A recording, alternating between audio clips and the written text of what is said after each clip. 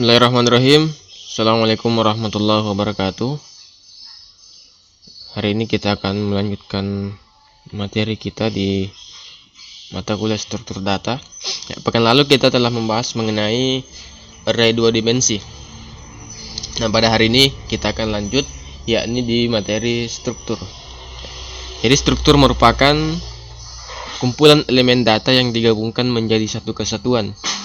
Nah, struktur dan array ini, array yang kita pelajari pekan lalu, ini mempunyai persamaan, yaitu alokasi memori untuk elemen-elemennya sudah ditentukan sebelum program dijalankan. Namun keduanya juga tentu memiliki perbedaan. Pertama dari sisi tipe datanya.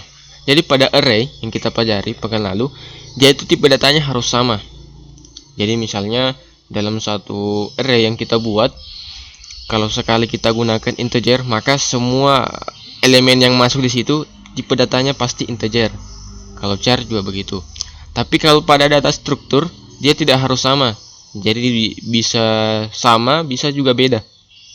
Misalnya dalam satu struktur yang kita buat, bisa di dalamnya ada tipe data integer, kemudian bisa juga tipe data char. Kemudian dari sisi pengaksesannya, nah, kalau pada array dia diakses melalui indeks. Nah, kalau pada array satu dimensi, nah, misalnya indeksnya indeks 0, 1, 2, 3 dan seterusnya. Kemudian indeks 2 dimensi, indeks 0,1, 0,2, 1,0, 1,1 dan seterusnya. Tapi kalau pada data struktur, dia diakses melalui yang disebut identifier atau objeknya, nanti akan kita bahas. Baik, kita lanjut. Nah, deklarasi struktur. Jadi untuk mendeklarasikan struktur di Dev C++, kita mempunyai dua cara. Yang pertama yang ini.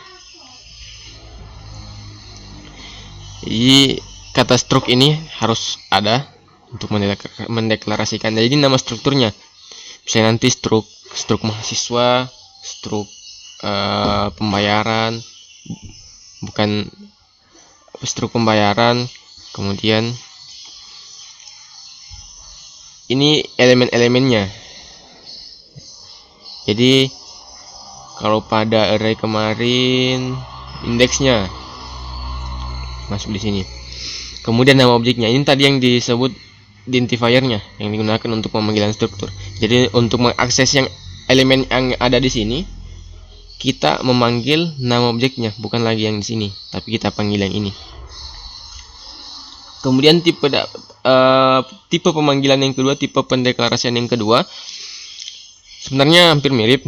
Hanya kalau di sini nama setelah kurung awal nama objek kemudian titik koma, tapi kalau di cara yang kedua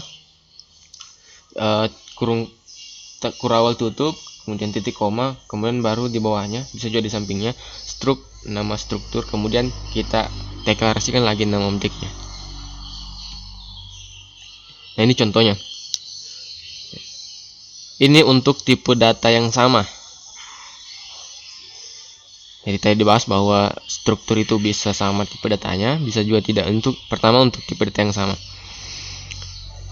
Nah, misalnya ini struk tanggal. Nah, misalnya kan kalau dalam tanggal kita misalnya kalau diminta tanggal, pasti yang diminta itu tanggal, bulan, tahun.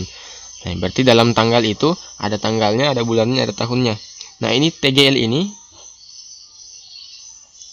ini sebagai objeknya, sebagai identifiernya. Jadi nanti untuk mengakses tanggal, bulan, tahun, kita panggil terlebih dahulu ini TGL. Tapi bisa juga disederhanakan supaya lebih ringkas lagi. Karena tipe datanya sama, berarti kita tulis sebaris saja seperti ini. Integer, tanggal, bulan, tahun, kemudian objeknya. Nah, yang kedua, tipe data yang berbeda, struk mahasiswa. Misalnya kita mau buat struk mahasiswa, di dalamnya char, nim, kemudian max length-nya 10, char, nama, maxnya 50, float, IPK, MHS. Secara umum sama dengan ini. Oke, baik, kita akan lanjut ke contoh program.